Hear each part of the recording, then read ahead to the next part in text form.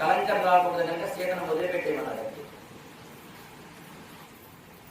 వంశం అనేది ఎంత గౌరవం ఉండాలి. సీతమ్మ తప్పు చేసిందని కాదు, కలంకం వచ్చింది అంటే పక్కన పెట్టమన్నారు. అటువంటి వంశాలు ఉంటాయి. మన వంశీకులు అంతా కూడా మంచి వాళ్ళు కాబట్టి మనం ఈ రకంగా పుట్టాము. మనకి ఈ సంపదలు వచ్చినాయి. లేకపోతే వాళ్ళ మనకి ఎక్కడ వస్తాయి చెప్పండి. నేనే సంపాదించానండి అంటాడు. వాళ్ళ కృషి ఎక్కడో ఉంటే నీకు వేద పితృదేవ ఆశీర్వాదంతో వస్తుంది. ఇప్పుడు వివాహం చేసుకునేటప్పుడు వెంకటేశ్వర దీపారాధన చేసుకున్నారు అందరూ. పెళ్లి రోజున కొంతమందికి ఆచారాలు కొంతమంది చేస్తారు. అది వెంకటేశ్వర దీపారాధన కాదు, పితృదేవ దీపారాధన. నీ ఇష్టదైవం, కులదైవం, తర్వాత గ్రామ దేవత, నీ పూర్వీకులందరినీ తలుచుకుని పితృదేవ బలం కోసం దీపాన్ని పెట్టిస్తావు.